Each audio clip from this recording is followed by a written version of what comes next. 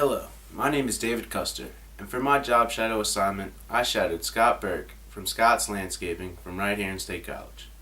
The first thing we did was sit down to get to know each other. He asked me a few questions about who I am, the experience I have in the industry, and where I would like to go. He then gave me some advice and told me his story building his business into what it is now. He really emphasized the amount of work that goes into starting your own business. He told me that he used to work anywhere up to a 20-hour day. He said you have to work during the day in the field in your business, and then after you have to work on your business, as in calling clients, doing designs, and coming up with new ways to expand your business. He told me that when starting a business, it is important to make connections with 3 people. They are a banker, an accountant, and an attorney. We then got into a quick interview, and I asked him a few questions. The first question was, why did you start your own business? He said that he saw the opportunity to run things his way and wanted to be his own boss.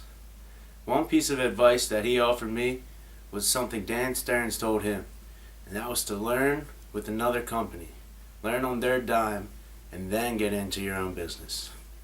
The next question I asked was, what was the biggest challenge when starting your business? He responded with that it was all the hats that he had to wear when starting the company. He said that everything is on you. You have to put in the long hours and be the worker, the businessman, talk to clients, and get everything done. This continues until you have the opportunity to get the right managers in the right places. The next question I asked was, what is something that helped you expand your business? He said that a key part of his expansion was due to good employees, and that it was important to find the right people that you can trust to get the job done the way you want it done, and that they are dependable. After that, I asked, what are some of the benefits of owning your own nursery? He said that there was no other option for plant material around here, and that they were receiving shipments of plant material from up and down the East Coast. So opening this nursery really helped expand the landscaping company because now they had everything they needed right here in State College. He also said that pricing was a big benefit because they were buying things in such bulk. The last question I asked him was, where do you see the business and the industry going in the next few years? He said that for his company, he expects to grow within each division. He said that the nursery is still relatively new, hopes that more contractors come in to see the nursery and buy plants. He also talked about adding the erosion control division, which is about 2 years old, and that they are already doing work all across PA and expects that to grow a lot throughout the next couple years. About the industry as a whole, he said that he expects it to recover and heal from the last couple years that were pretty hard on the industry as a whole. He said that he thinks that any company that made it through these years will start to expand, and that he expects more small companies to start up. After the interview, he took me around and showed me the shop. He told me that when putting his shop together, he wanted to make sure that he had enough space so that he could have everything that his crews would need right there at the shop. He didn't want his crews to have to go anywhere else to get mulch, soil, or gravel, because that would not be an efficient use of time.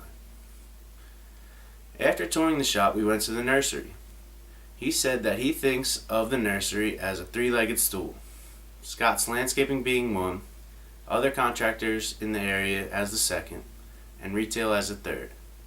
He said that now retail is starting to take off, and that his focus is on becoming more customer friendly. So they put in a new hut where customers can check out, and added an arbor to give it a more homey feel. He also told me about his plans for the future, and said that eventually he would like to get another plot of land to farm the trees, and focus on shrubs and perennials at the nursery now. After the nursery, we went to visit a few job sites.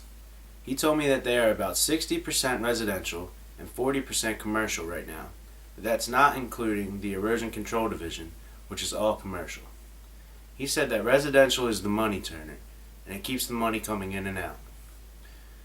For commercial, he said it could take anywhere from 30 to 120 days to get paid for a job, and that the average is anywhere from 60 to 90 days. He has a couple different types of maintenance contracts, and that some customers pay monthly while others pay by the mow. He said there are advantages to both because paying by the mow is good in the spring when grass is really growing, but not as much in the summer when the grass starts to die out. But this is where the monthly pay helps.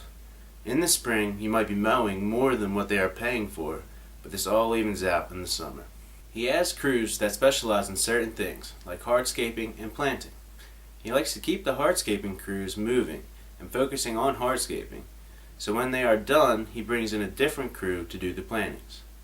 He said that lately there has been a rise in the amount of natural stone they are using for patios, but still uses a lot of pavers too.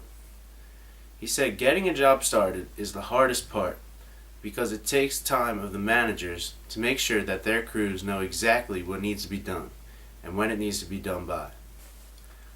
I learned a lot from this experience, and I am really thankful to Scott Berg for letting me shadow him. I learned that it is going to take a lot of hard work to get my business started, but I think that I am ready for the challenge.